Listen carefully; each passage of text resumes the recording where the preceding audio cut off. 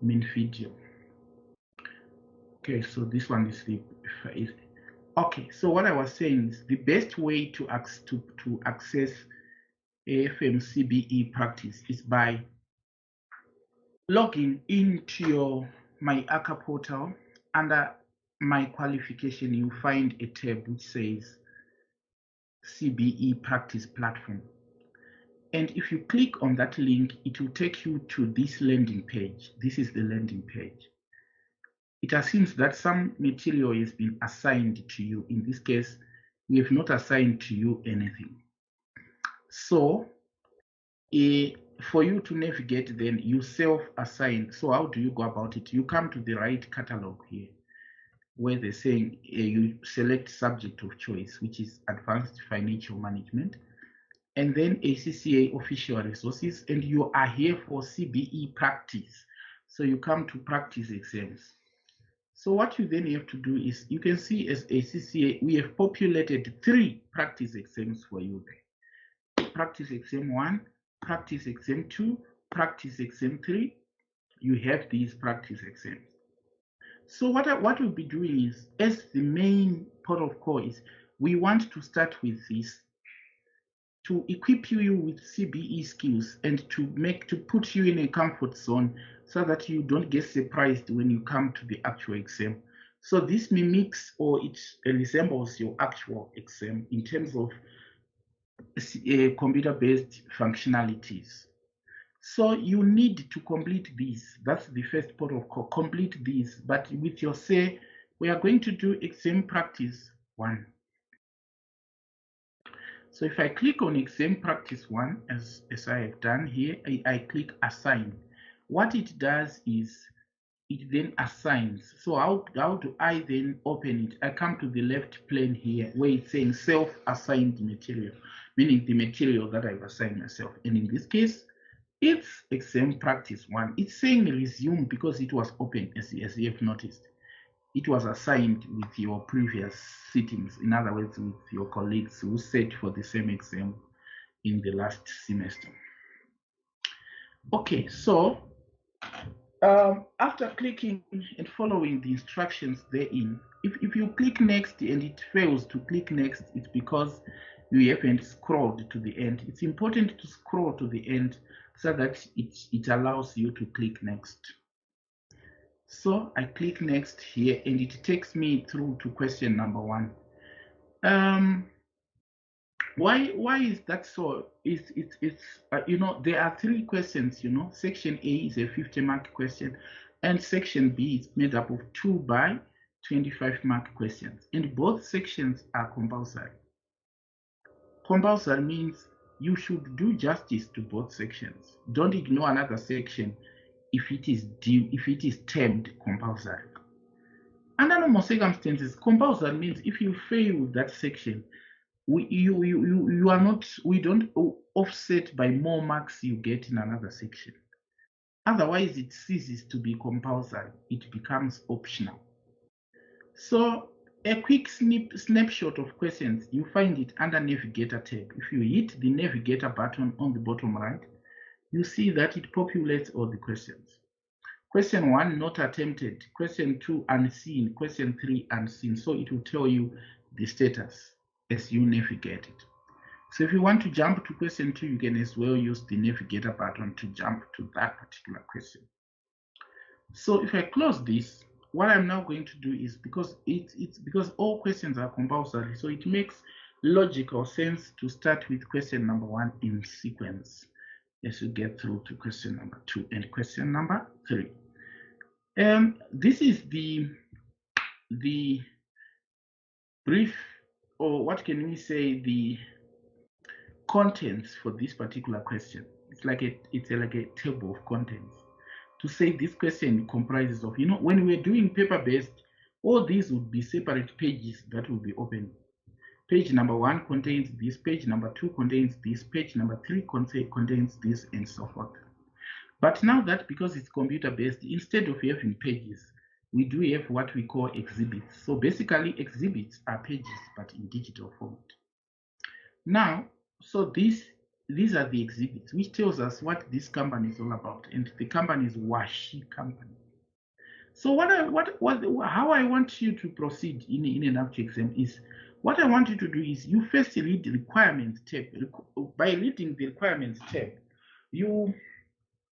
what you are actually doing there is you minimize the risk of just reading exhibits haphazardly. In other words, not applying the information you are reading in the exhibits, thereby being inefficient with your time, and you run the risk of not completing the exam on time. So if you have opened the requirements, what I want you to do in the exam is you highlight the requirements, all of them.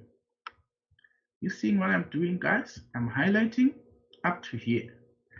I've highlighted. So what I do is I copy, highlight, copy, and then I know that it's saying discuss, write a report. I come to my word processor because I want to answer this in this particular question, in this particular response option. Okay, let me highlight once again. Let me highlight. Let me copy once again. It appears I lost my copy tab in the process. So copy. Then I come here. I click paste like this.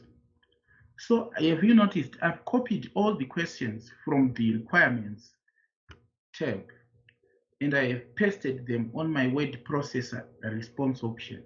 You are the one who chooses which response option is appropriate.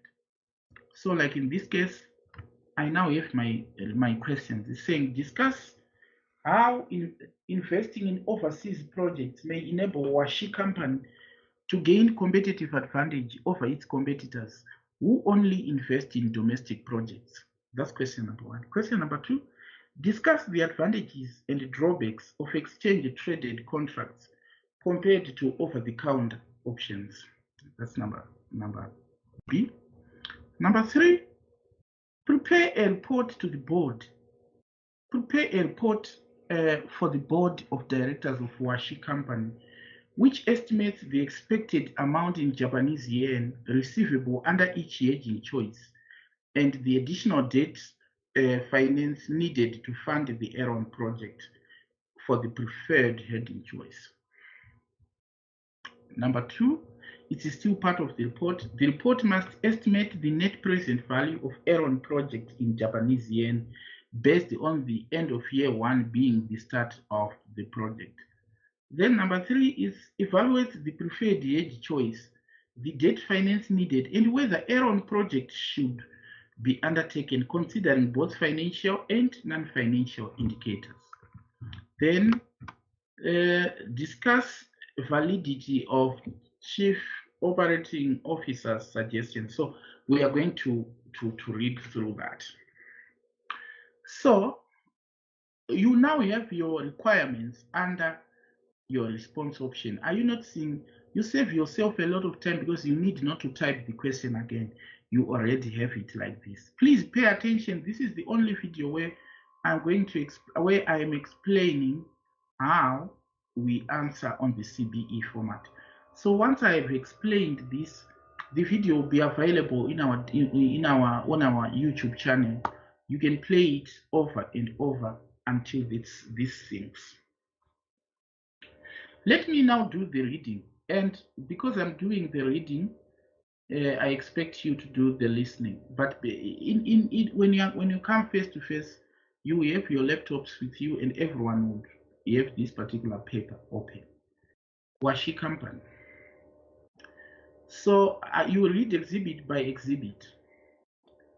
These exhibits can be zoomed out. You can enlarge it. As you can see, I've just clicked the Zoom Plus here. It has enlarged itself. You can continue to do that if you have got issues in seeing this particular screen. Still fine, as you can see. I have enlarged it nicely. So I can now read. It's saying, Washi Company is a large listed company based in Japan, and its local currency is the Japanese yen. It manufactures industrial equipment and parts. Initially, Washi Company's customers consisted of other Japanese companies, but over the last 12 years, It has expanded into overseas markets and also sources its materials from around the world. It also sources its materials from around the world. So you have this. It has expanded in overseas markets and it also sources its materials from around the world. So there you go. You can highlight this actually. It's possible to highlight as I have done this. I've highlighted it.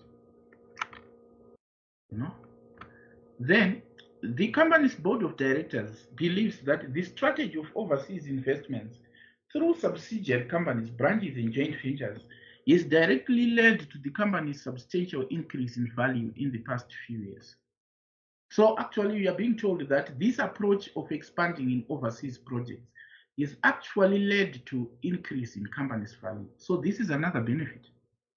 Washi Company's board of directors is considering investing in a project based in iron, whose currency is the iron rand.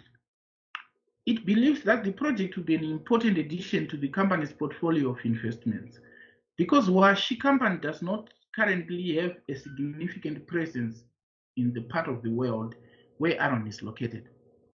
It is intended that the project will commence in 1 year's time. Details of the project are given in Exhibits 3 and 4, so there you go. Washi Company intends to finance the project through proceeds from an agreed sale of a small European subsidiary, with the remaining funding requirement being met by additional debt finance issued in Japanese yen. So you are being told here that we want to undertake a project in iron, which we are saying iron project, and it is going to, the funding for that project is like we want to sell a European subsidiary, and then if the proceeds are not enough, we then fund the balance with debt, which is raised in Japanese yen. The company is due to receive proceeds from the sale of European subsidiary company in 6 months' time, and it will then invest these funds in short-dated Japanese treasury bills for a further 6 months before they are needed for the project. Washi Company has a centralized treasury department which hedges expected future cash flows against currency fluctuations. So that's Exhibit 1. Exhibit 2, funding for the project. So you can close these exhibits if they are getting clustered here. You can close and only have the exhibits which you are working on. This is now about funding for the project. He's saying the agreed proceeds from the sale of European subsidiary company receivable in 6 months' time. In other words, we are going to sell this in 6. We are selling it, but the amount will be received in 6 months' time. It's 80 million euros. So in other words, there is exchange rate risk there. Because you are in Japan and you are going to receive 80 million euros in 6 months' time. The board of directors is concerned about a negative fluctuation in Euro-Japanese yen rate between now and in 6 months when the 80 million euro will be received. Therefore, it has asked the Washi Company's Treasury Department to hedge the expected receipt using one of currency forwards, currency futures, or exchange-traded currency options. Washi Company's Treasury Department has obtained the following information. So here you have this particular information, the spot rates, Japanese yen per euro and iron rand per euro. So you have that 6 month forward rate. So you have that. If you are hedging using futures, this is the information concerning futures. You can see you are expecting to receive euros and your futures are priced in euros, meaning it's a very easy way hedging is a methodology there. Currency options, again, they are priced in euros and we are expecting to hedge this euro receipt. And we are being given the current options 4 months and 7 month expiry. And the option strike price here is 126. So there you go. And then annualized yield on short dated treasury bills is 1.2%. Iron's annual inflation rate is 9%. But it has fluctuated markedly in the last 5 years The Japanese annual inflation rate is 1.5% and has been stable for many years. Pato Bank has offered Washi companies the possibility of using over-the-counter options to hedge euro receipt instead of exchange-traded options. All right, so that's about the exhibit. Then another is exhibit number 3, which is talking about the project cash flows. A member of Washi Company's finance team here, let me send it. A member of Washi Company's finance team has produced the following estimates of Aaron's project, which is expected to last for 4 years. The estimates are based on the notes given in Exhibit 4, okay, but not on further information. The estimates have been checked and verified independently for their numerical accuracy. In other words, they are being told that these figures you see here are accurate. So don't bother like questioning their validity and stuff. They're accurate. So you can see here that this is a project in Aaron, and already we have got some relevant cash flows, but we are being told that other cash flows are not involved. Like they don't include further information. So in other words, don't rely exclusively on these if you don't have what? Further information. So you still need further information to bring completeness to these cash flows. Then continuing, notes and further information. These are notes now on the cash flows. So you can now say, estimates are based using the end of first year when the project commences as the start of the project. The numbers are given in Aaron Rand, correct? The total investment required is 10,150 million. This is Aaron Rand, and separated into buildings, machinery, and working capital in the table above. The machinery is eligible for tax allowable depreciation on a straight line basis, and working capital is redeemable at the end of the project. So this is point number 2. These points are already factored in. No wonder why we have got tax allowable depreciation here. And then even working capital is redeemable at the end of the project. So this is already done, because they are saying these estimates are based in notes given in exhibit number 4. It's not like you are going to use these to recalculate again. No, the notes are already factored in. That's what the examiner is telling us. The impact of inflation has been incorporated into sales revenue and cost figures, and Aaron's current annual inflation figures. So you are already given that these figures are already inflated. Corporate tax has been included based on Aaron's annual rate of 15%. The tax is payable in the year that tax liability arises.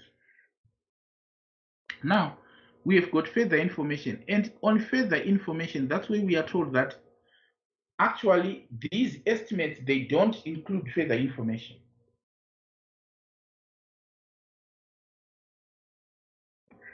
So let us read.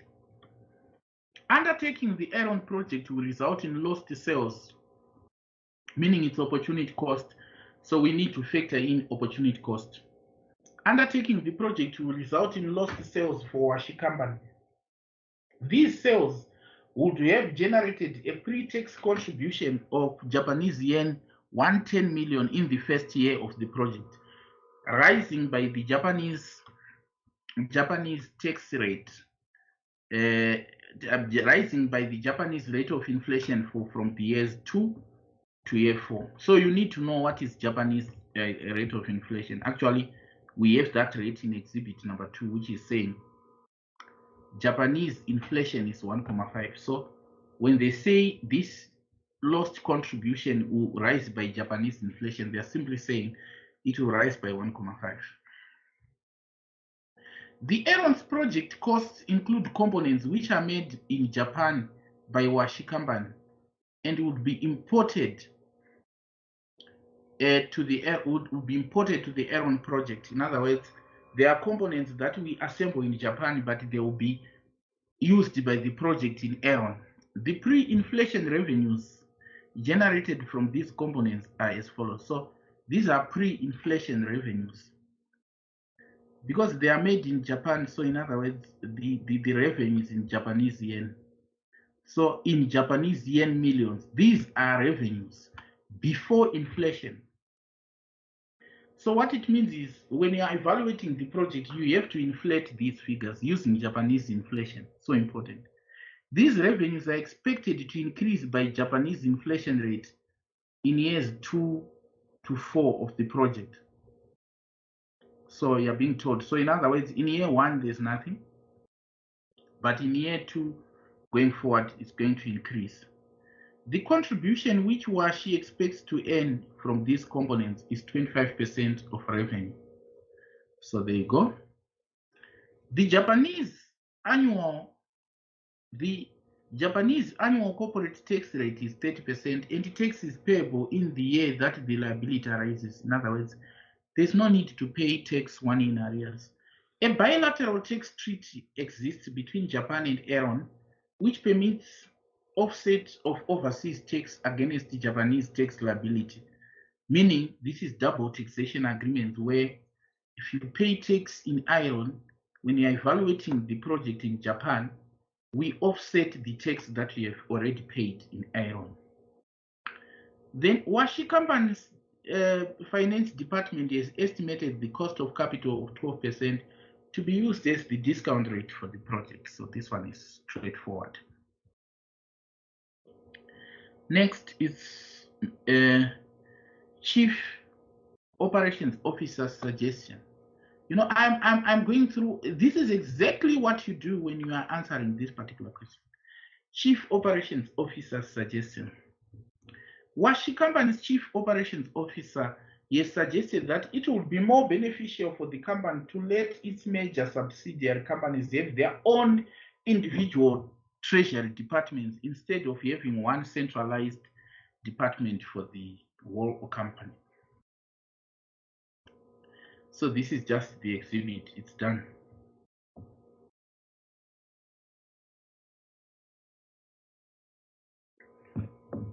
Now, let us answer. If we can answer this question in this lecture, it will be more beneficial. At least I would have equipped you with exam tips and the competencies that you are expected to have as you answer AFM CBE exam. All right. So feel free, guys, to participate. Before I start, let me check if I still have people. Wonderful, guys. Thank you so much for tuning, for continuing to tune in. And you know, I just like Lawrence's this thing here. It's quite wonderful. All right, now discuss how investing in overseas projects may help Washi Company to gain competitive advantage over its competitors who only invest in domestic projects. So this one is a very easy question, and remember it carries 5 marks. So I want you to type in the chat. Please make use of the chat feature. We have a company which is Washi Company, which undertakes overseas projects. And the question is, discuss why undertaking projects overseas helps Washi Company to have competitive edge over its rivals who only invest domestically. Can you type the answers in the chat? Get to the chat button on the bottom right of your screen, and can you type your answers? Why is it so advantageous? Why is it of strategic benefit to set up overseas projects compared to just undertaking our projects domestically? All right, I can see you guys are typing. Pretty cool. This really comforts me, especially when we are in the revision month. You know, if you know what I used to do is I would type this right away. Easy access to raw materials, therefore reducing distribution costs. Yes, correct. Correct answer there. I will explain it shortly. I want you just to tell me how you would answer it. Then I escalate it from there and explain it in a manner that I want you to answer questions of such nature. access to affordable labor, correct? Oh, you guys are stars. The answers you guys are writing, they are actually correct answers. But I will show you how to spice these answers so that you headbutt the examiner. I see Tapua is still typing, waiting. Okay. Okay. Whilst Tapua is wrapping up typing, allow me to explain. So, Lawrence, your answer is correct. Easy access to raw materials and therefore reducing distribution costs. You know what? This answer is correct, but it's not applied to the scenario. At your level, what we specifically award marks for is application. You also, if we had said if we needed 2 marks for each point to take the tally to 5, of course you earn yourself a mark, but you will not get the mark because the application mark, because this point is not related to the scenario. Washi companies access to wider market. That's Tapiwa. Correct. This one is very, very much correct. But again, the answer is not related to the scenario. So this is where most students say, I don't know where I get my marks wrong. I try, number one was so easy, but I don't know where I got it wrong. When you present your answers like this, you are presenting technical answers. At your level, we mark application. So let me show you how. Your answers are correct. I just want to escalate it and keep it. So if I come to the question here, I come to the exhibit here. This is where I get these answers. Right. This is the exhibit here. It says,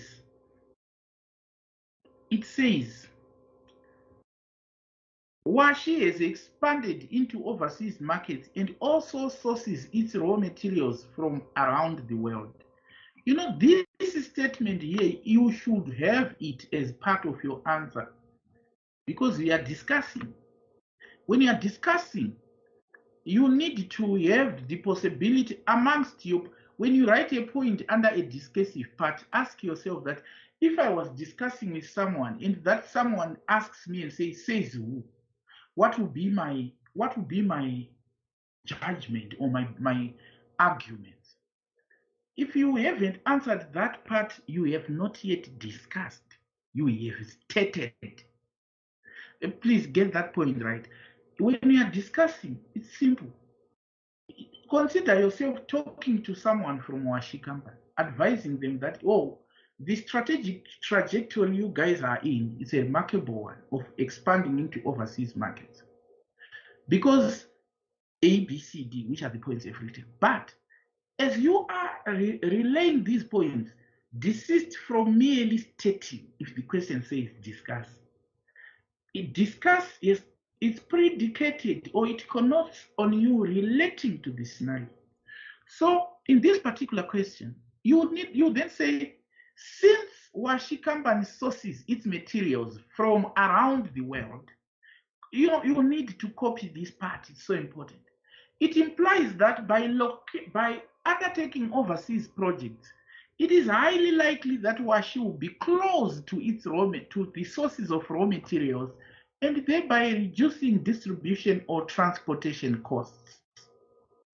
That point is now robust. Another point is the board of directors are actually saying the strategy of overseas investment has led to substantial increase in value over the past years. Here is the point. This strategy of overseas investment has led to substantial increase in value over the past few years. So you can see there's a benefit there. You may say, what say? Because this is delivering results, it means Washi company is in a position to attract investors because the company's value is increasing as a result of this strategy. Washi company has got an edge or competitive edge over its rivals because it can attract them, because investors are seeing value from this particular strategy. Now, another thing is,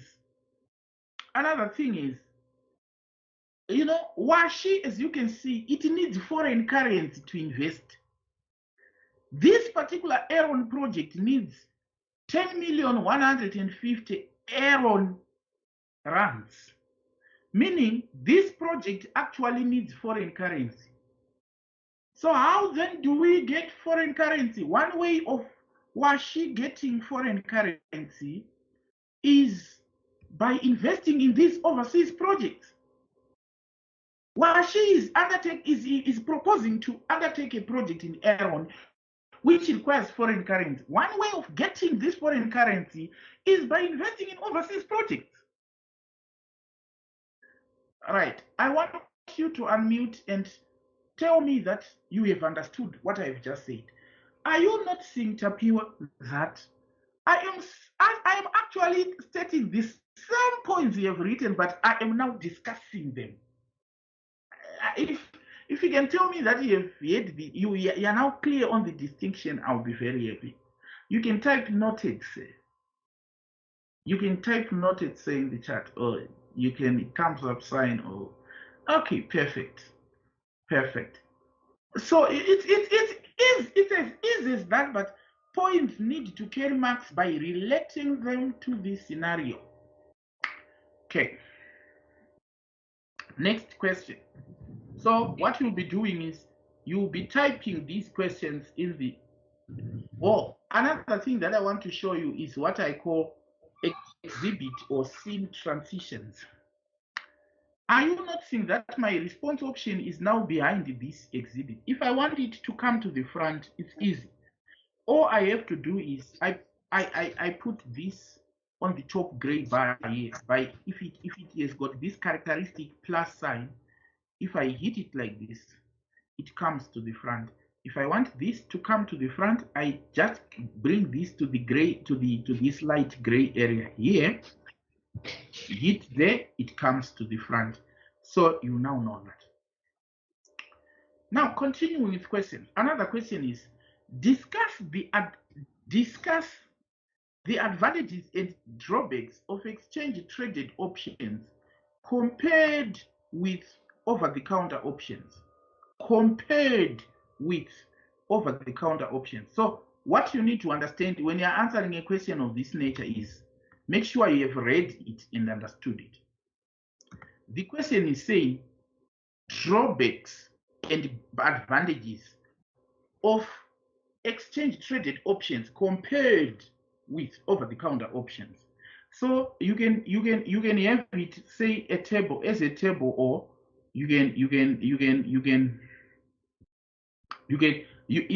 on the left you can say advantages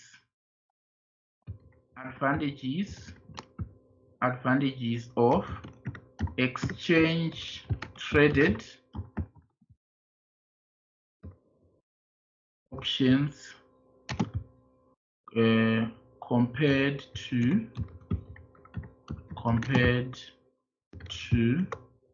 over-the-counter options. So this is the first. We want to have disadvantages again. So you can copy like this. So notice you can highlight like this. It's possible. Highlight it. Sorry, let me say undo. I have deleted it by mistake. You can copy it like this. Here's the copy button. This is copy. You can now come here and paste. This is paste button. By hitting paste, you can paste it there. If it fails to paste, well, some of these things are Windows specific, so let me not bother myself. Perhaps it's the window that I'm using. So I can type and say drawbacks drawbacks of exchange traded options paired with over-the-counter options. Now I have this. So what we are simply going to do here is to answer. You know, options, all options by nature, they are just rights, not obligations, to either buy or sell the amount, a specified amount of foreign currency at a specified exchange rate. We call that a strike price. So options, it's a right, not an obligation. But these rights, some of these are bought or sold on an established exchange. We call this exchange traded options. And some of these are just negotiated. So if you and I want to enter into an options contract, just negotiate. And once we negotiate the terms and conditions, we call these over-the-counter options. So advantages of exchange traded options. The first one is they are standardized. They are standardized. They are standardized, thereby saving time in negotiating the terms and conditions. Terms and conditions. You know, because they are standardized, you save yourself a lot of time. When something is regulated by an exchange, it means there's really nothing much that you can do. You know, these options are standardized in terms of contract size, period to maturity, etc. They are standardized in terms of that. So you can continue explaining and say standardization covers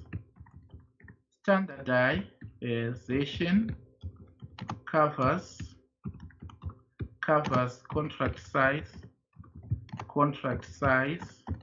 period to maturity,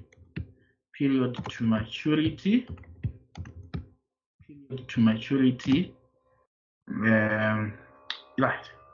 This is the main aspects that are covered by standardization. Here, drawbacks, it's like this. Exchange traded options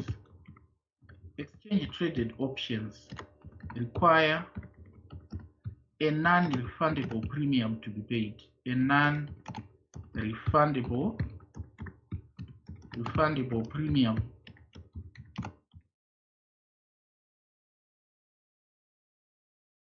This one is a drawback. This feature is not available. This feature is not a requirement. This feature is not a requirement when on over-the-counter options. Are you noticing? I'm busy typing. When you come for face-to-face, you'll be typing.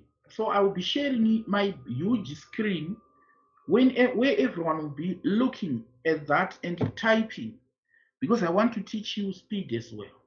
So are you noticing? I'm not just stating facts, I'm discussing. Another drawback perhaps of exchange traded is that standardization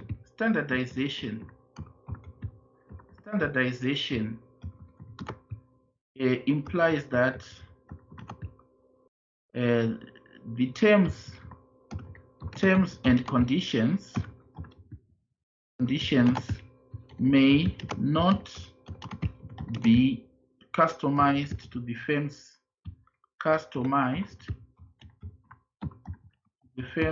exposure period, to the firm's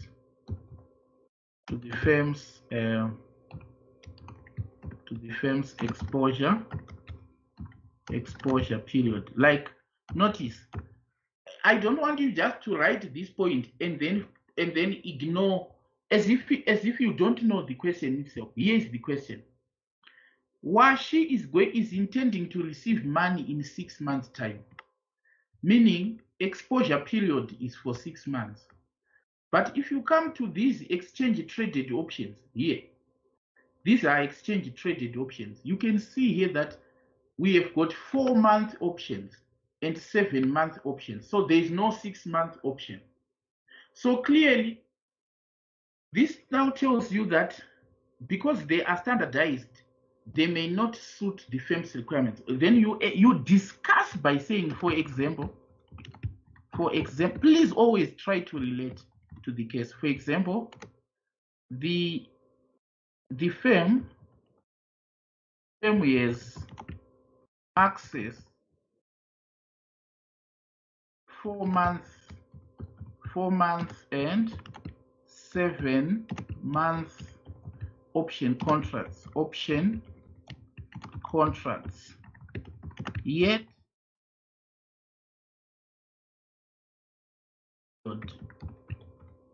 is 6 months. So you can see what I'm teaching you today is you might not write the answer verbatim, like copy or say word for word, but clearly you are in sync with what is expected of you in the exam. Try to tell the examiner that you know this stuff. So we are continuing. Oh, sorry, this is this. Notice I have just copied the questions here. So the question is saying discuss. When I'm answering, I just cancel the word discuss here. I then just say advantages and drawbacks. Are you getting that? Here, I cancel 5 marks here. The question was saying, discuss how investing in overseas projects, we enable. So I can just cancel the word discuss here, and then just say how investing in overseas projects. I just leave it like that. And then I answer. Here, I just edit a little bit. Are you not seeing? After editing a little bit, it's now becoming super nice. Now, C says, prepare a report for the board of directors of Washi Company, which estimates the expected amount of Japanese yen receivable under each hedging choice and the additional debt finance needed to fund Aaron project for the preferred hedging choice. Oh, okay. For the preferred hedging choice. So it's saying report. So all you have to do is to say C. You put your cursor here and delete unnecessary parts here, and say report. It's now C. So you can do it like this and say report to the board of Washi Company. You can do it like this. You save a lot of time from this, and then you say from. You can give yourself a title: management accountant, management account. A date. The date is the exam date. Or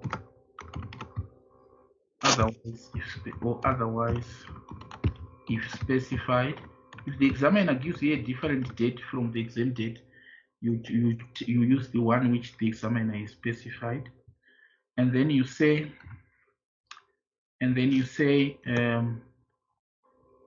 subject of your report.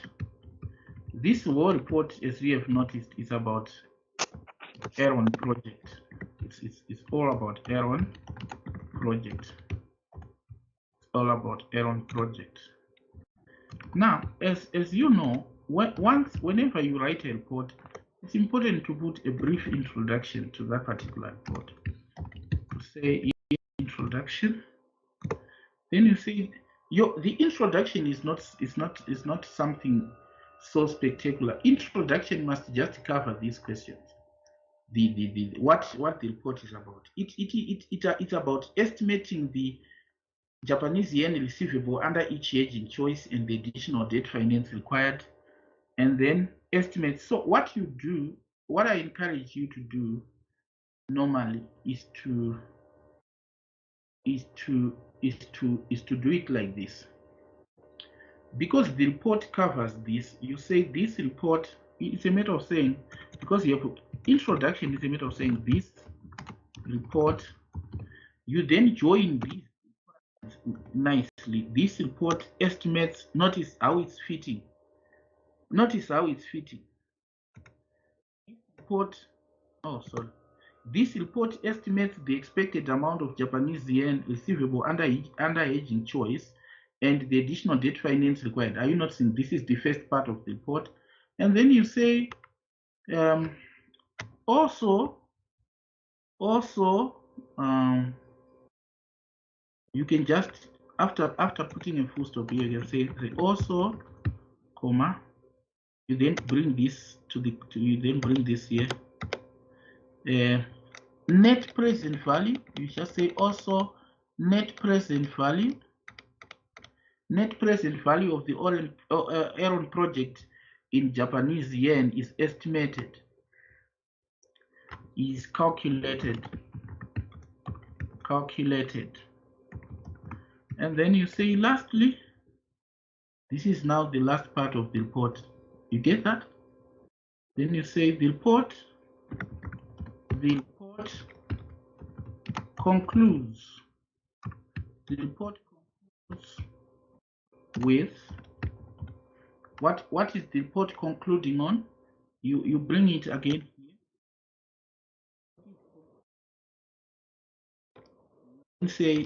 You don't say, you now say with an evaluation. It's now concluding with an evaluation. Are you not seeing? I'm not super smart. I'm just concluding with an evaluation of the preferred hedge choice made, the debt finance needed, and whether Aaron project should be undertaken considering financial and non-financial factors. Notice how I just came up with my introduction. Isn't this interesting, Tapio? How I just came up with my good introduction.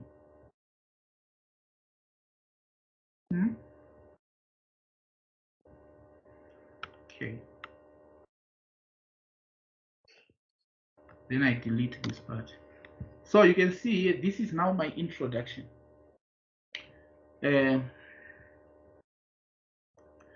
Oh, okay, very interesting. You're welcome. Clearly, this is how I do it. And when you see an introduction like this in the marking scheme, you then say, well, it appears this proper type of English which examiners have, which you don't have. No, we just get this from the requirements and we just knit them right. Like this report estimates the expected amount of Japanese yen receivable under each hedging choice and additional debt finance needed to fund the Aaron project for the preferred debt choice. Also, net present value of Aaron project in Japanese yen is calculated. The report concludes with an evaluation of preferred hedge choice, with an evaluation of the preferred hedge choice. Then I can remove the word made here. And then the debt finance needed and whether Aaron project should be undertaken considering both financial and non-financial factors. So what I then have to do is the subsections of my report are now taken from the introduction. Like if I say 1, I then say hedge outcomes in Japanese yen, hedge outcomes in Japanese yen millions, I don't know how you then pronounce it, Japanese yen millions. Now, what you then have to do is, you know that you need to compute to set up some hedge approaches depending on the hedging products which Washi company has. So what you then have to do is, you say, that this is done in the spreadsheet, not in the word processor. So you now need to link and say computations in appendix 1. Computations in appendix 1, appendix 1, you write like appendix 1 provides the following outcomes for each, provides the following outcomes on each hedging choice. The following Japanese yen receipt, JPY receipt on each hedging choice. You know, now when you get to this, it's a matter of now going to the appendices, but you need to understand which hedging choices do we have. So if you come to this, you see that Washi company has got 3 hedging choices. It's expecting to receive this in 6 months' time. So the 3 hedging choices which Washi company has is 6 months. It can hedge using a 6-month forward. It can hedge using futures. It can hedge using what? Options. So that's what we have here. So all you have to do now is to come to your word processor like this. Notice, under normal circumstances, it's important. You may put a table here. We have got 3 hedge choices and you want to find the receipt for each hedging choice. So you can put a table, which might be a 4-column table. I mean a 2x4 column table. So here it's like hedging product, hedging method. Notice how neat I am as I'm progressing with my exam. Japanese yen receivable, Japanese yen million receivable. So I have this. So my hedging choice here is forward rate agreement, forward exchange, or let me say forward exchange contract. Sorry, forward exchange contract. Another is futures. Oh, sorry. Another is futures hedge. Futures hedge. If I hedge using futures, what is I? And then I hedge with currency options. Currency options. So already, what is left for me to do is now. Remember, this is now in the body of the report. I'm summarizing this for directors to see, and 12 marks are allocated for this part of the question. So all I have to do is to come to my spreadsheet response option, and on the spreadsheet response option, I just come to, here I just come to this and I type appendix 1. Then appendix 1 is all talking about hedge outcomes. Language is simple. Don't overdo it. If it's like this, you can extend the columns like this, and then once you extend the columns like this, you can actually here you can say forward hedge, forward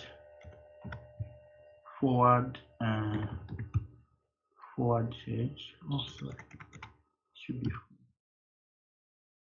exchange contract. If I hedge using forward exchange contract, what is it that I'm going to get in Japanese yen millions? Now I come to the forward exchange contract. So I just say JPY receipt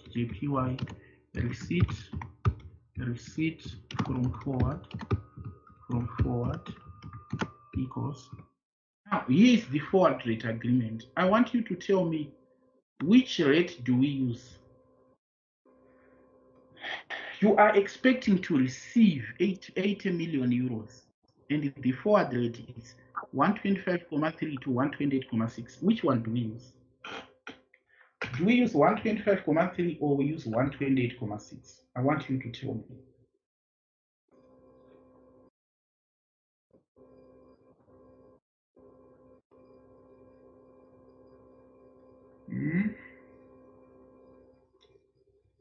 Which one third do we use? 125. You're expecting to receive 180 million and you want to convert it to Japanese yen, and there is the forward rate. Which one do we use? 125.3 or 128.6? 8,6 of the two. 125,3 correct. Ideally, this forward quotation is quoted by a bank. You know, the bank has got a buying rate and a selling rate. So if you receive 80 million and you go with this 80 million to the bank is buying from you, and the bank will buy with a lower rate. So it will buy with 125,3. So all that, these are some of the skills that you are being examined here.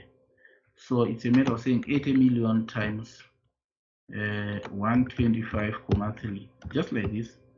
So you say equals 8 times 125,3. So already you now have forward outcome. So you come to your word processor and you just put 10,024. 10,024. That's your forward outcome. 10,024. Done. So you go to the next futures hedge. Notice how you can be super fast in moving with your hedge, setting up of your hedging choices. You then say futures hedge. Now, hedge.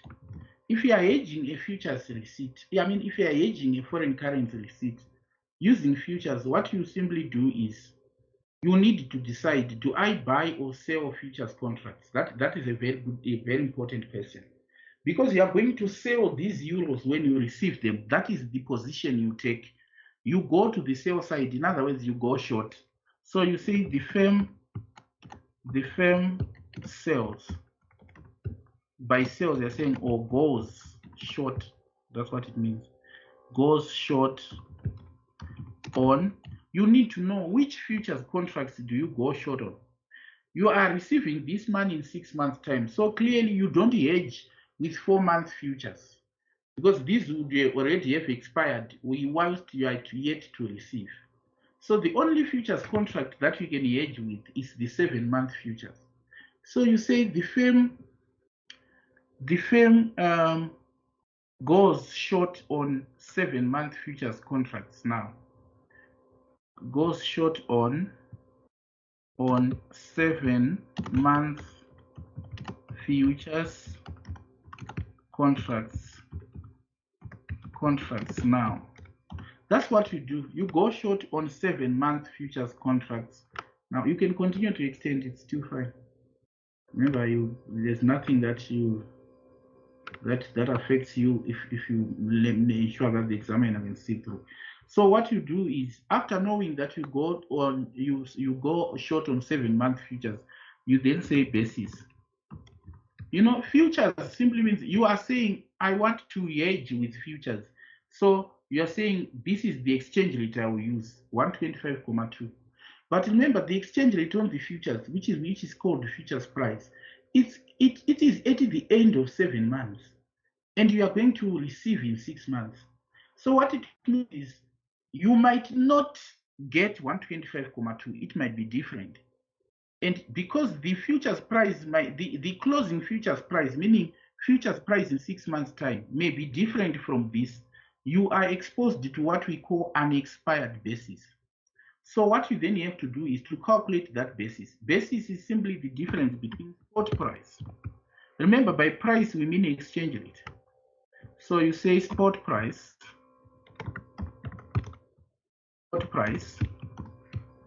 The spot price, again, make sure you are able to interpret quotations.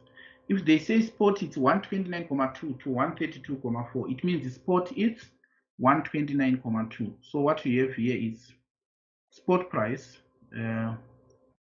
Okay, I'm on this one.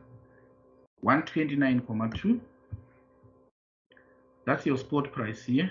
129,2. Then futures price is 125,2. Then I come here and say 7-month futures price, 7-month euro futures price, So if I go on 7-month euro futures price, I'm saying I will exit the market at 125,2. But this 125,2 only works if you wait for 7 months. But you are exiting prior, meaning in 6 months' time. So we need to know the expected exchange rate movements, which we call 7-month basis. 7-month basis, in other words, movement in exchange rate over the 7-month period. You get it by saying spot minus the 7-month futures. So over a 7-month period, the exchange rate is going to move by this. Notice it's typed awkwardly. Whenever you see something like this, just come to the decimal notation here, where there's comma 2 dots, 2 zeros here. You put to 2 decimal places. So the basis is 4. So the basis being 4, let me explain what does this mean. It means between now and 7 months, we expect exchange rate to move by 4. But remember, you are exiting before 7 months, meaning you need to estimate the rate within on end of 6 months.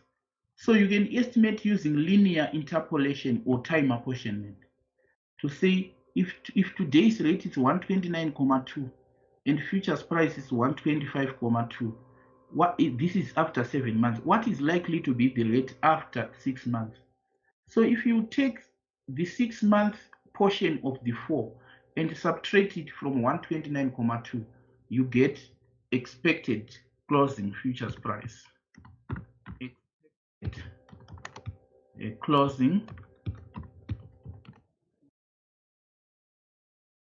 Expected closing futures price. It is simply 129.2, which is today's rate, minus 6 over 7. We are time apportioning before. So you can see that the rate becomes what? Equals this here, minus open bracket, 6 over 7 times 4, close bracket. So this is the expected futures price. Remember to put comma if it's coming out in a strange format. So when you exit the market after 6 months, you are going to, what does closing futures price mean? It simply means the exchange rate you will be using on the futures market when you exit it. You don't wait for 7 months when your exposure is just 6 months. So we have to estimate what the rate are you going to use end of 6 months when it comes to futures market. So this is the rate you are going to use. You get that? So there are quite a lot of other things that you can do, like number of contracts. You may need to see the number of contracts that you can have. Number of contracts is a matter of, remember, futures contracts have got a par value. So you are expecting to receive 80 million and the contract size or par value is 125. So number of contracts is simply 80 million over 125. It's easy as that. So these are the contracts that you assume, which is 80 million divided by 125. Contracts, you say, equals 80 divided by 0.25. So you take 640 contracts. So when you are now exiting the market, what do you do? When you are now exiting the futures market, you now say futures receipt. Futures receipt, the amount that you are going to get on futures, it's simply 80 million euros multiplied by the exchange rate you are going to exit the market with, which is 125.77. 125.77. So with that, you now have futures outcome equals 80 times this. There you go. Remember to put comma to put it nicely. So futures hedge is going to give us 10,062. So you come to your word processor. It's going to give us 10,062. That's futures hedge. Lastly, currency hedge. It's 12 marks, and notice I'm already wrapping up the 12 marks with these few workings. Just these. I'm already wrapping up the 12 marks. So this is how easy the question is.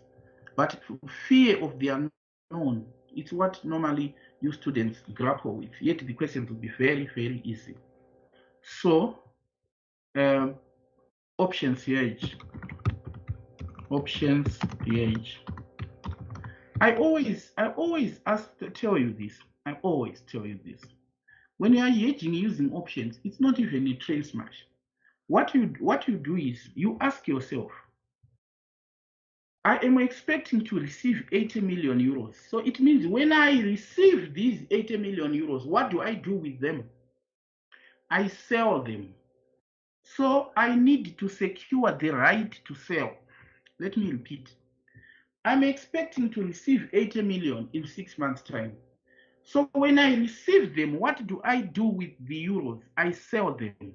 So if I'm hedging using options, I must secure the right to sell or option to sell. And the option to sell is called put option. So already I know I am now going to take 7 month put options. You now understand why. Why put, not calls. That is the basic explanation. I'm going to receive euros. When I receive them, I have to sell them. Now, if I'm hedging using options, remember options are rights. I need to secure the right to sell. And the right to sell is called a put option. Simple as that. So you come to your and say the firm buys 7 month put options. So like this, the firm buys 7 month put options. Now, the firm buys 7 month put options. Now, this statement is so profound because already the examiner knows what we are talking about. So, number of contracts is as before. Number of contracts is still is 640. You just say is above, it's equals 640. So number of contracts here is 640. Because the contract size is still what? 120, 125. So you are now saying option outcome, options outcome. Notice how easy it is. Options outcome. You are now saying receipt.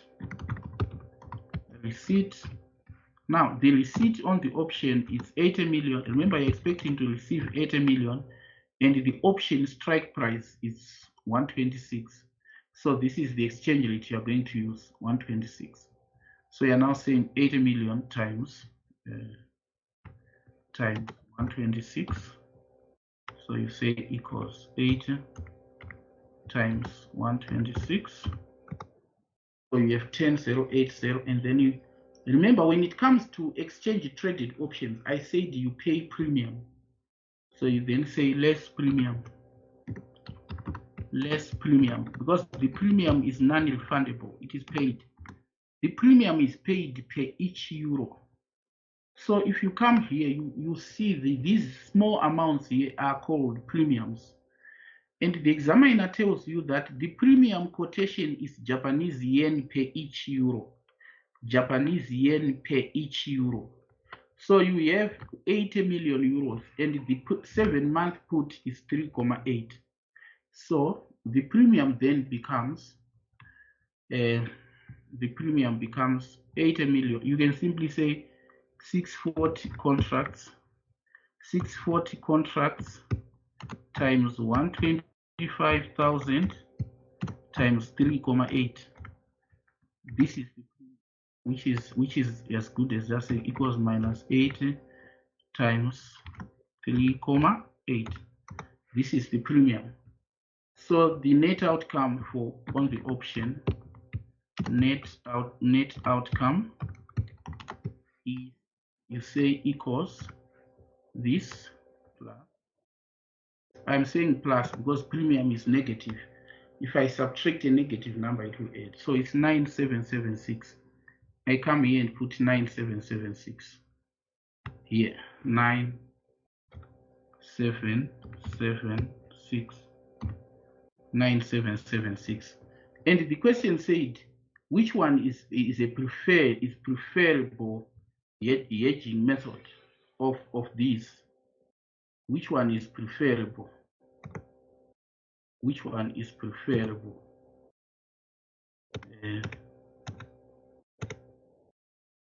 Okay, let me put my cursor here. Which one is preferable? Clearly, you then say futures hedge. Futures hedge is preferable as it maximizes the Japanese yen receipt.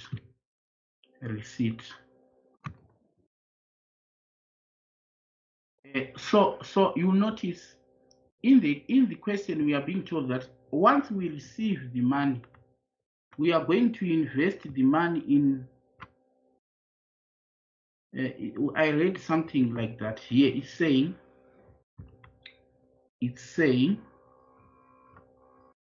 the company is due to receive proceeds from the sale of European subsidiary in 6 months' time, and it will then invest these in short-dated Japanese yen for another 6 months before the money is needed for the project.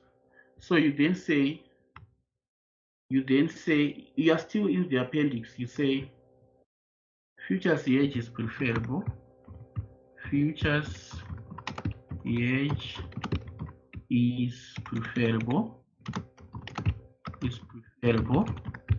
like this, as it maximizes JPY receipt.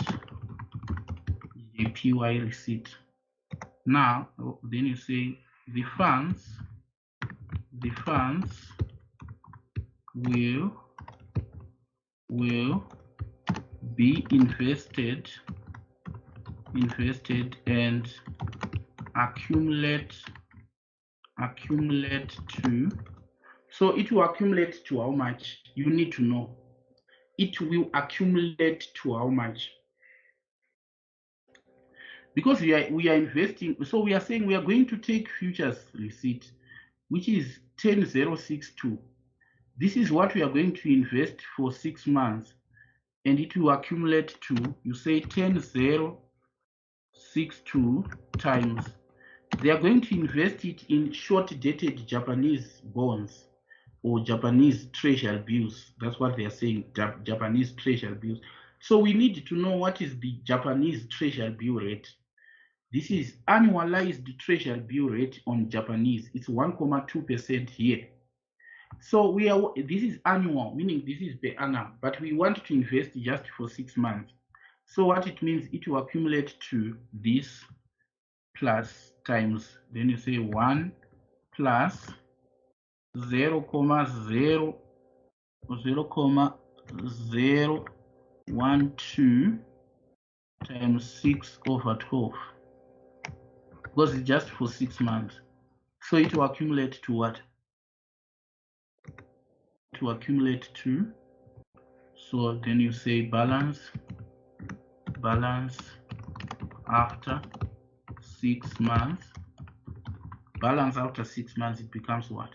So it's simply 10,062 times this bracket here will give us 1,006 after you have divided the rate by 2 for 6 months.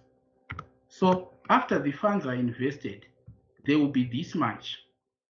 There will be 10,122,37. This is Japanese yen, 10,122,37.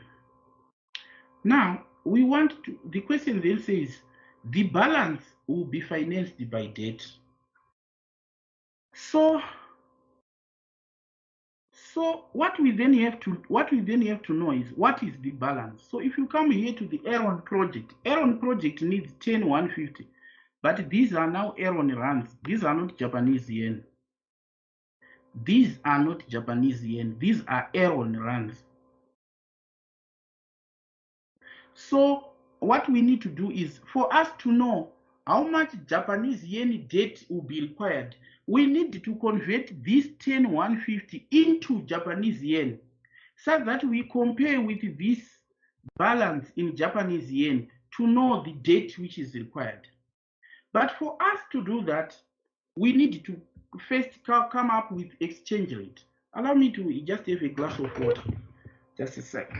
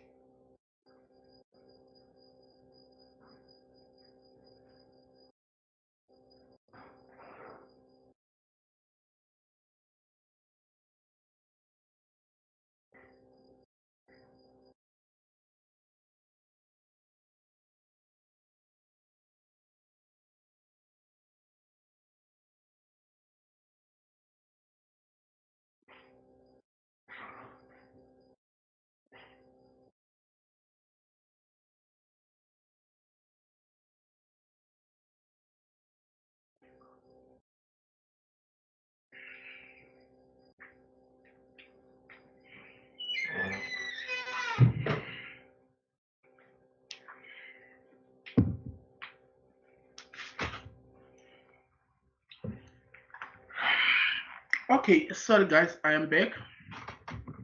So,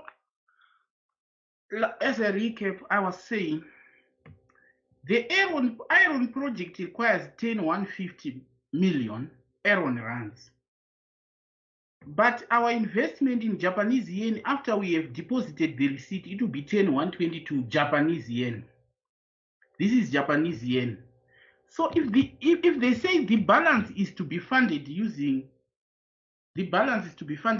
Japanese debt, Japanese yen bonds, we need to convert the amount which is required for the project, that is 150. We need to convert it to Japanese yen so that we see the deficit. To do that, there's need now to come to the exchange rates. Now, if you see these exchange rates, please pay attention. The exchange rates are like this. There is Japanese yen per euro. There is iron rand per euro. These are the exchange rates. So these are like the spot exchange rates. So, but there is no exchange rate for Japanese yen per iron rand, because we want to convert iron rands to Japanese yen. So all we have to do is we make use of the exchange rates which are given to come up with implied rates or cross rates. So what we simply do is we say the rates which are given are Japanese per euro and ARD per euro. So let us work with this. Current exchange rates. You say current exchange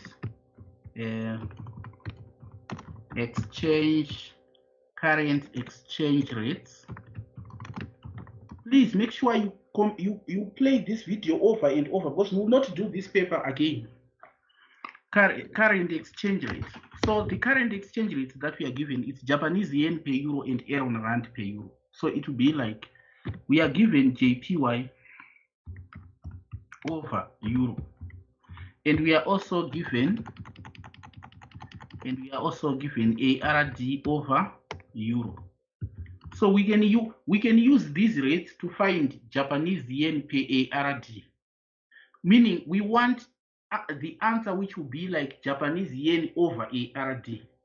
So you then say, for you to get Japanese yen over ARD, it means the sign between these two must be divide. You divide this such that the right number will then invert.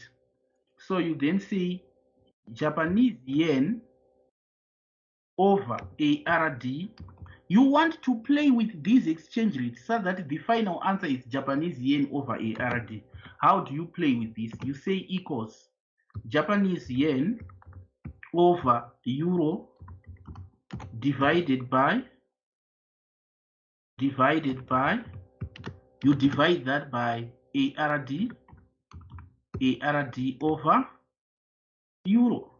Because if you divide, you notice that the ARD over euro will invert. So it will then be like, I'm taking you step by step, but in an exam, you already appreciate what I'm going through, so that you don't do these steps. You already know. So Japanese yen to ARD equals Japanese yen over euro multiplied by euro over ARD. Euro over ARD. Are you not seeing now that euro and euro will cancel? So you now have Japanese yen as to ARD. And the rates are like this. The current exchange rates. The current exchange rates are 129.2 to 132.4. So you copy these exchange rates. They are actually 129.2 to 132.4. Is that so? Is that so? Yeah. So this is the current exchange rate for this, and then it's 132.4, yes. And then the other exchange rate, which is ARD per euro, it's actually ARD per euro, it's 92.7 to 95.6, 92.7 to 95.6, 92.7 to 95.6. These are the exchange rates we are given. So these are the same exchange rate we want to multiply here. But notice when an exchange rate is inverted, whenever you invert exchange rate, these figures here, they transpose. In other words, they extend positions. As a general rule, Lawrence, the exchange rates are quoted in such a manner that you have the lower one on the left and the higher one on the right. The lower one on the left and the higher one on the right. So if the exchange rate is like 2, 5, like this, and then suppose this one was pound over dollar. Now, if you are now saying dollar over pound, you are now inverting the exchange rate. So if you are inverting the exchange rate, you don't say 1 over 2 to 1 over 5. No, they then exchange positions. It becomes 1 over 5 to 1 over 2, because we want to maintain the notation that the lower one should be on the left. Please, can you type noted before I proceed that when exchange rates are inverted, these figures here are transposed.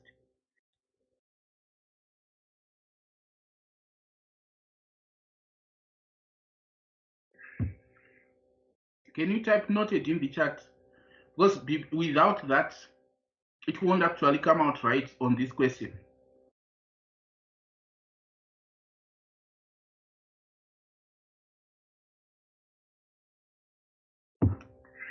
Okay. Okay. You are learning quite a lot. No wonder we call it revision. We take you through. Please explain again, sir. If you can repeat. Okay, perfect. As a general rule, exchange rates are quoted in such a manner that the smaller one should be on the left, the higher one on the right. No wonder why we say bid, sell, buy, sell. Buy low and sell high. That's the issue. But if you invert them, like in this case, it was dollars per pounds per dollar, it was 2 to 5. If you invert them like dollars per pound, in other words, you have said denominator becoming a numerator, that's inversion. If you invert and say 1/2 to 1/5, you will notice you violate that exchange rate quotation rule, because it will end up the lower one being on the left, on the right, and the higher one on the left.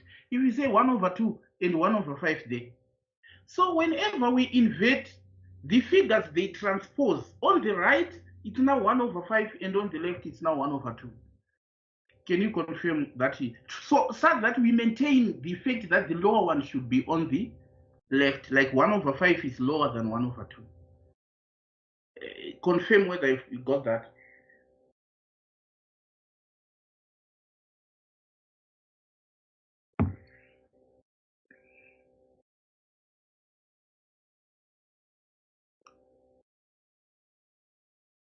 Right.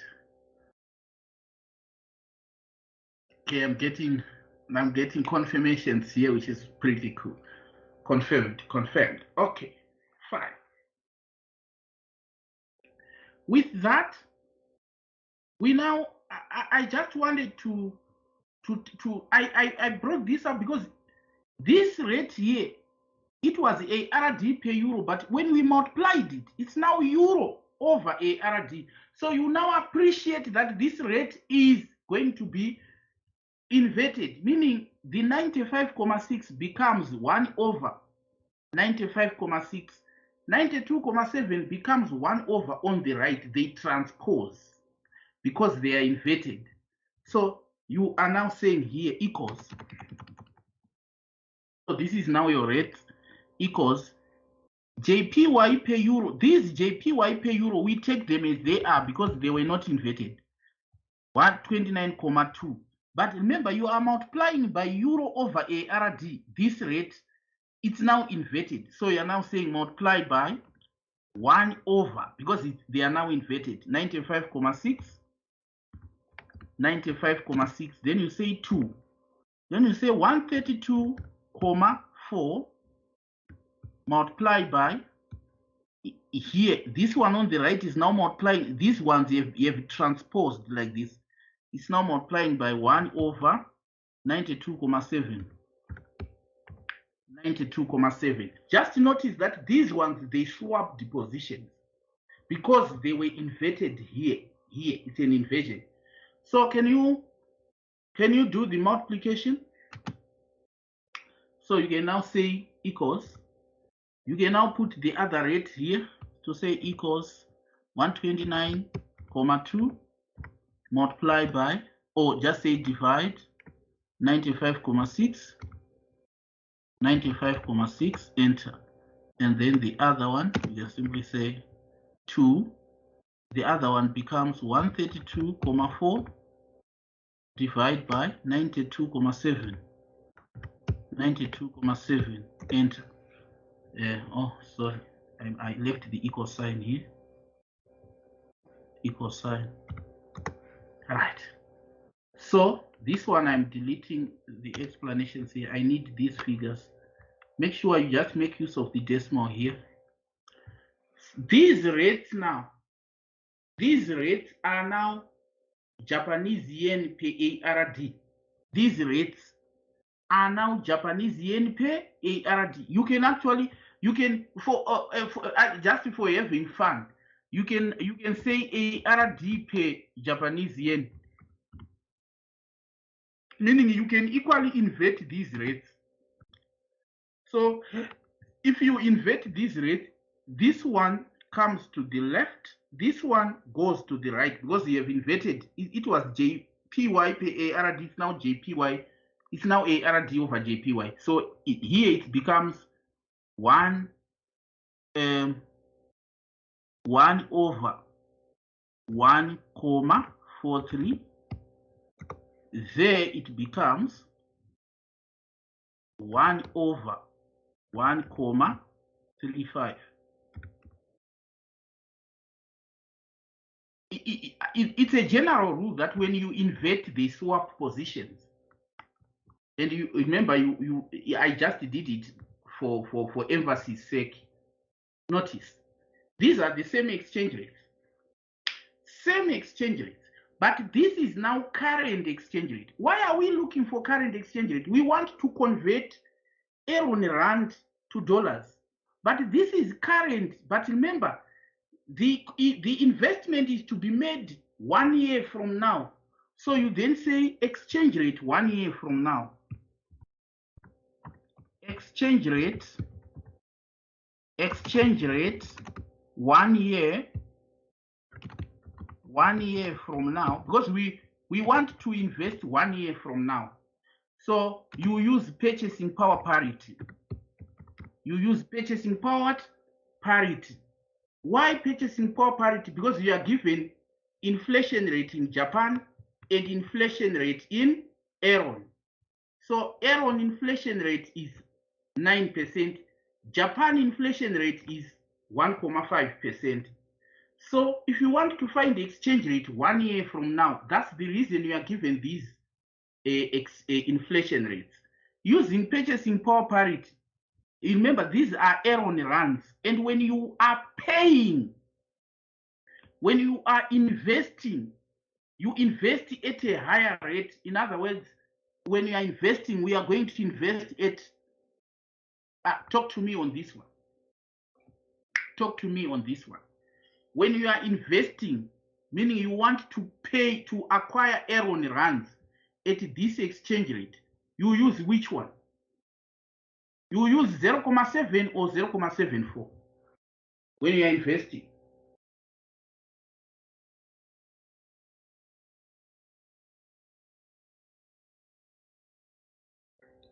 Talk to yourself.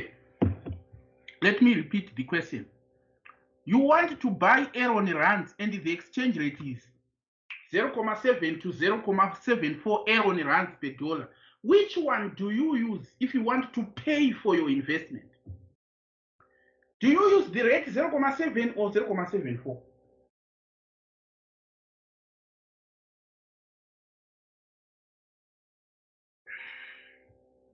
0.7. Good.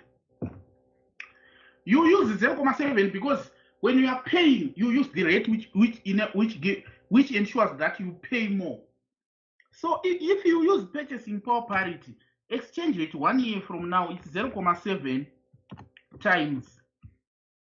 Remember, we do have Aaron inflation rate 1.09 over Japanese inflation rate 1.015. And what do you get? This is now the exchange rate 1 year from now. So it equals this multiplied by 1.09 over 1.015. Like this. This is now the exchange rate 1 year from now. So it's 0.75. If you want to find 2 years from now, you are now continuing using purchasing power parity. And you need to understand this. Examiner doesn't tell you to say purchasing power parity, you need to know. So investment required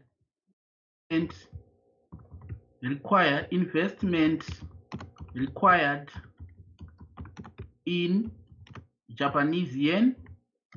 If you convert this investment to Japanese yen 10,150 using the rate that we have just calculated here in Japanese yen, which is 10,150 divided by 0.75. We now have the rate. What do we get? Equals 10,150 divided by 0.75. So the investment which is required in Japanese yen is 13,533. And these are now Japanese yen. This is JPY. What is our investment fund balance? Fund balance. Fund balance.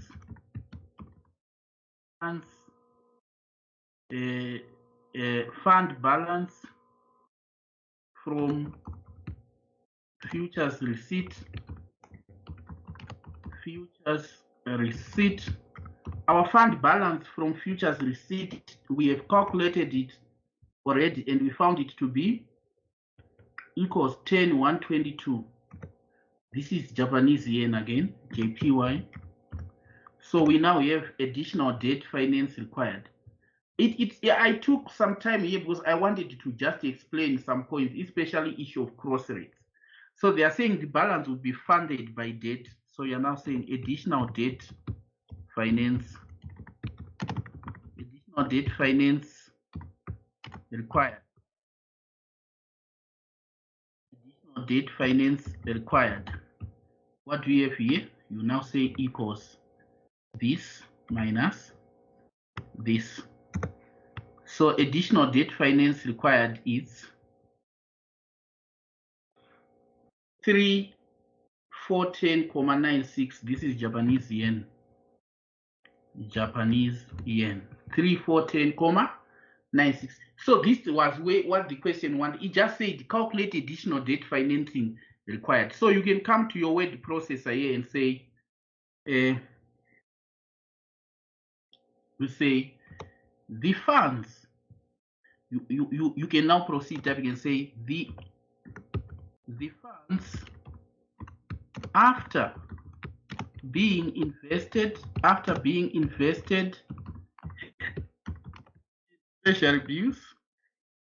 in treasury bills for short of JPY 3,410 million to fund the investment.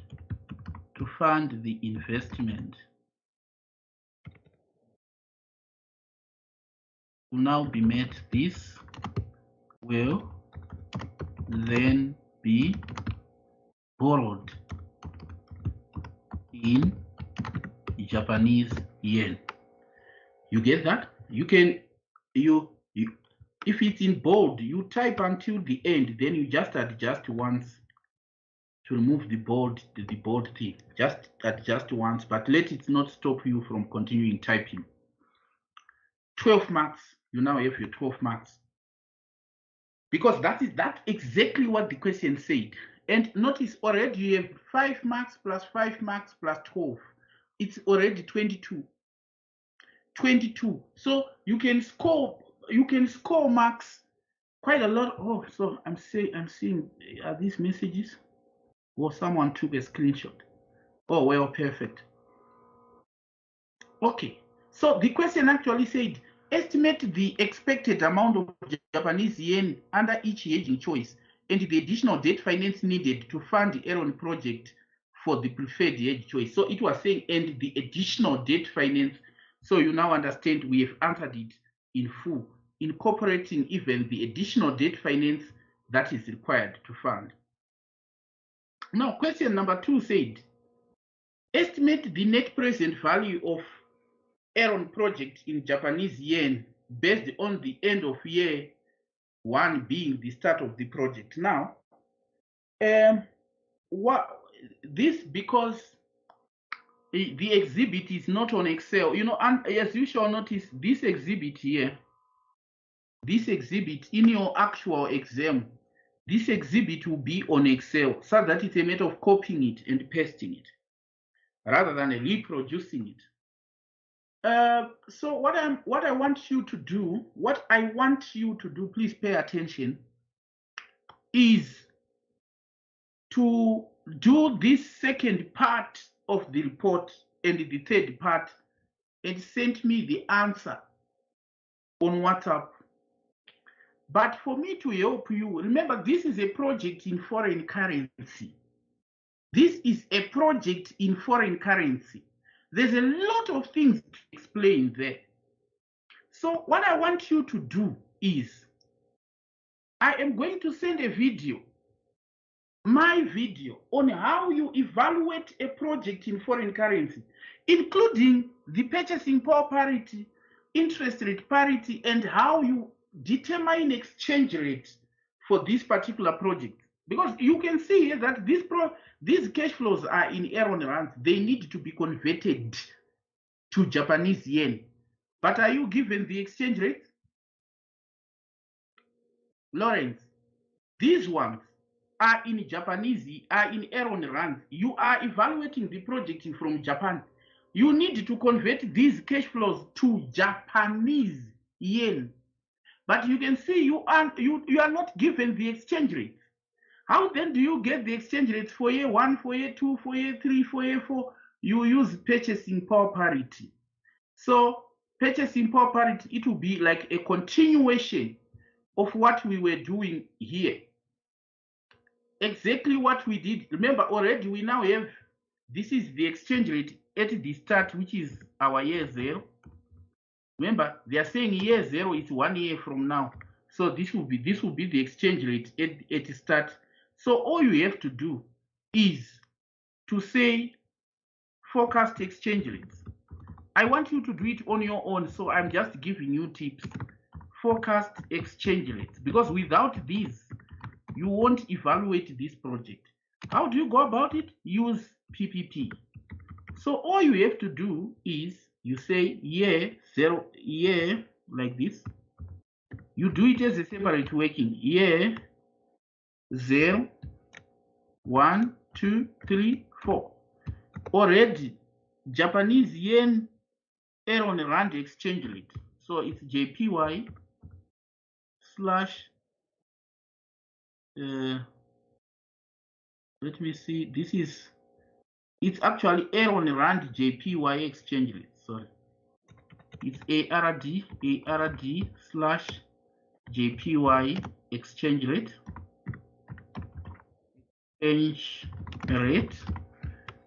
So in year 0, in year 0, you have 0,0,75, and then you have PPP adjustment, PPP purchasing power parity adjustment, PPP adjustment. This is how you adjust. It's simply a matter of saying 1,09 over 1,015. These are inflation rates to the power. Remember, it's to the power n, which is the year. N is the year here. N is the year. So that's purchasing power adjustment, which we simply say equals, open bracket, 1,09 over 1,015, close bracket, to the power, it's shift 6. N is your year. Just press enter there. You now have your inflation adjustments. Now that you have got your PPP adjustments, you then say exchange rate. Remember, the exchange rate, it will be exchange. So you now say exchange rate. Exchange rate. So I'm applying every figure here by 0,7 to say this multiplied by this. That's year 1. Year 2, it's a matter of saying 0,75 multiplied by this. Year 3, it's a matter of saying 0,75 multiplied by this. Year 4, it's a matter of saying equals 0, the current one, multiplied by the PPP adjustment. I am doing this because I don't want a situation where you fail to submit this assignment tomorrow, saying, I was actually stuck. I couldn't hear what we were talking about. So you now have your exchange rates: 0,75, 0,81, 0,86, 0,93, and 1,00. These are now your forecast exchange rates. These are the exchange rates you need when you are now converting euro rand cash flows to Japanese yen. Remember, you need to convert these to your domestic currency.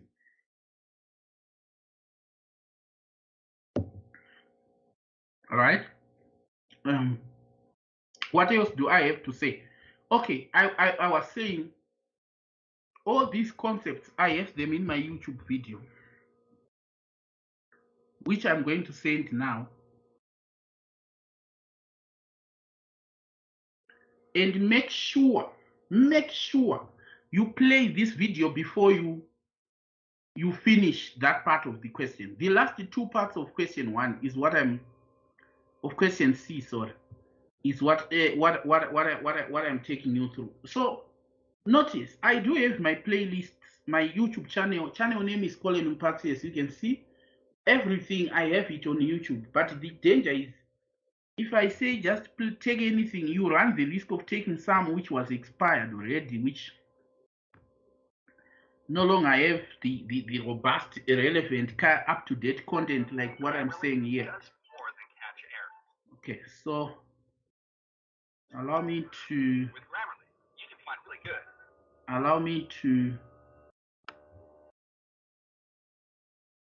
appraising projects in foreign currency. That's the video I'm looking for, guys.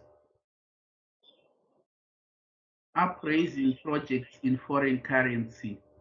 Appraising foreign projects. Okay, so this is the video. Please, you are now in revision phase. This is a most recent video, July 14, so it's an updated and it's most recent. Okay. So,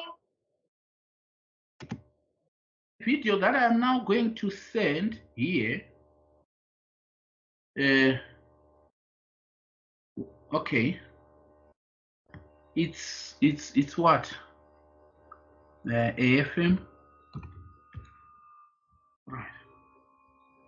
This is the video that I'm sending here, which you must play before you answer that question. Make sure you play this video before you answer that question. So there are two ways. You can just play the video which I have just sent, and you can read the marking scheme of the question. You know, the question is Washi Company. It's in every revision kit. Be it question bank on Atlas First Intuition platform, be it on Kaplan revision kit, be it on BPP revision kit. That question, don't just go and begin to read the answer to that question, guys, without playing this video. You are doing yourself a disservice. The first thing that you have to do is play this video. It's very long, I know. It's 3 hours. So you can start playing it now. It will be 2046, 2146, 2246. If you start playing it now, you end it at 11. After ending it at 11, try doing the question tomorrow. But I believe you me, if you can only play this video, because in this video we also did another 50-mark question. If you can only play it, what is missing in that video, in this video, which is in that question, is the exchange rates which were to be found with PPP. I have already done that for you. Remember, I've already done the PPP aspects for you here. So you have everything covered. Another thing is, when you are reading answers in the revision kit, there is no detailed explanation about cross rates, how we determined the cross rates, how we were swapping the figures. They expect that you just know this, or you were taught by your say. And clearly they have got very valid expectations. If you are learning, your say need to teach you. No wonder why I'm teaching you. And then I've given you that video for you to play.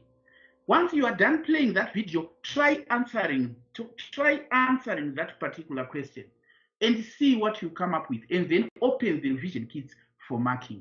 So you can see there that when I have given you the forecast exchange rate using PPP, I am already debriefing that question before you answer it. So I don't want to over debrief whilst you are yet to answer it. But as you say, I am being tempted to give you another hint on that question. Remember what I said. I said if there's a bilateral tax treaty, it means the foreign tax that you pay, or the tax that you pay on foreign cash flows, is offset by your domestic government before you pay domestic tax. So if the foreign tax is 15% and domestic tax is 30%, what it means is domestically you are going to pay extra 15%. You are no longer going to pay 30%, because the first 15% which you paid in foreign tax is offset against the 30%. So you only pay 15% domestically. I'm already answering that question. I allow you to over answer it, because otherwise I will not be helping you. Is that confirmed, guys, that you are now working on that, and you will wrap up playing this video at 11? Please have that habit. Nowadays, right away, get your earphones, do not get any disturbance, play this video, so that you know that today, if I ask you, what have you covered today? You don't say, Say was just showing us how to answer on CBE. No. We have already covered appraising foreign projects. That's what you need to know. What else have we covered?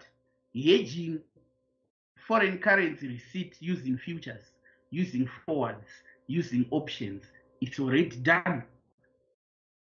So today I've learned quite a lot, and maintain this momentum by not tiring.